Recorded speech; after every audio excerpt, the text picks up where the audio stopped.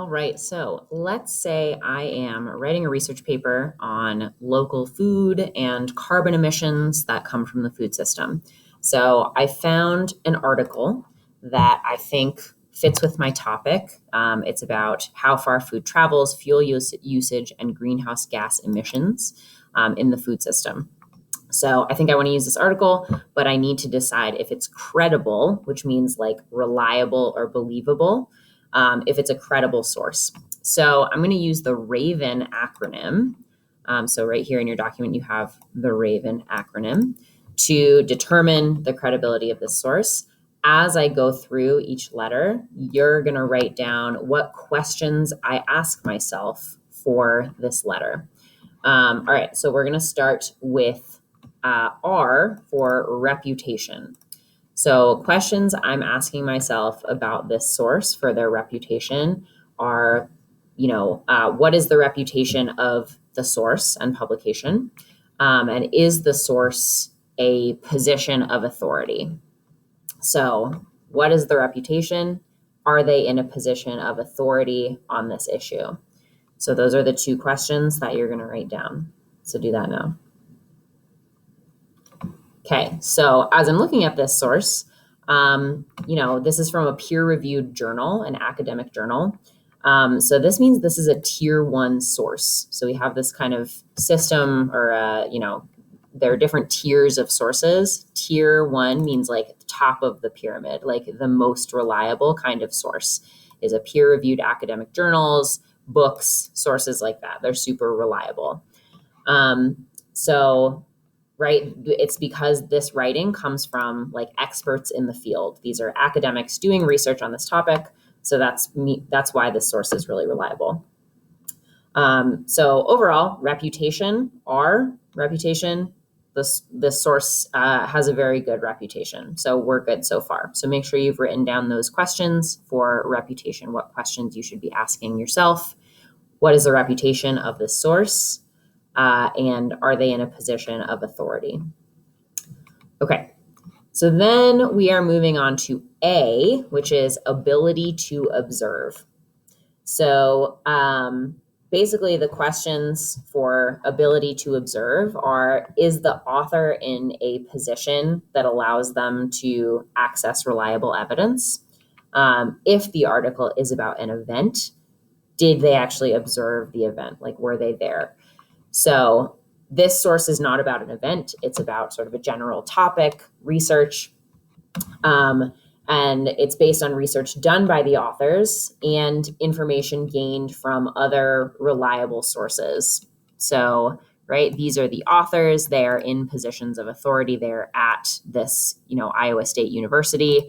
They're professors. They're doing this research. So they have the ability to observe what they're talking about, right? And they also got information from other reliable sources like a government agency, other schools, other academic institutions, right? Stockholm University, that kind of thing. So they are getting information from reliable sources.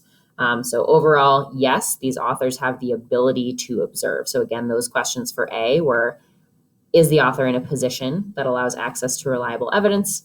And did the author actually observe the event that they're talking about, the event or topic that they're talking about? Okay, moving on to V. V stands for vested interest. So what vested interest means is basically, and these are the questions that you're asking yourself as well, does the author have a personal stake in the topic or the event, right? What do they gain by lying or by telling the truth? Basically, what would they gain by putting out this opinion that they're putting out? So here's the truth, kids. Everyone has a vested interest in something. It's just a matter of like how much of an interest they have, and in what. So whether it's just like keeping eyes on the page, keeping their job, maybe keeping donors happy or, advertisers for their newspaper happy, whatever it is, everyone has a vested interest.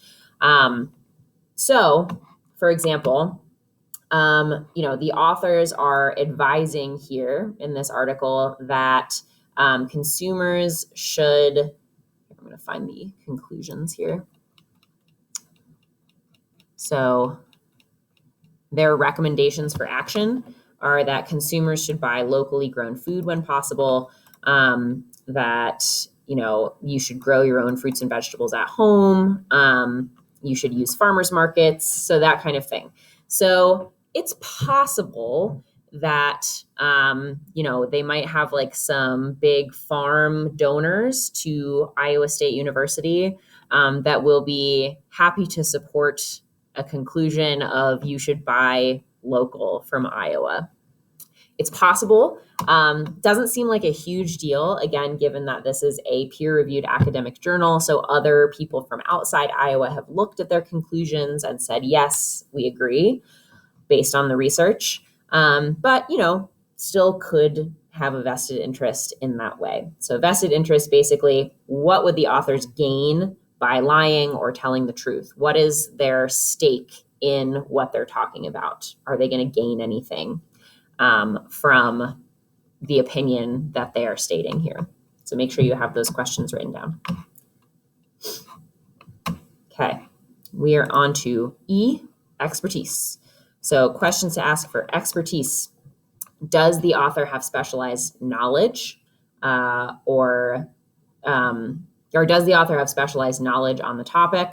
And does the evidence come from an author that has expertise on the topic? So again, peer-reviewed journal, they are getting information from reliable sources. These are all experts in this field. So yes, overall expertise, we are good. And then finally, N is for neutrality. So if you are neutral in a situation, that means that you are not biased in one way or the other, right? You're neutral.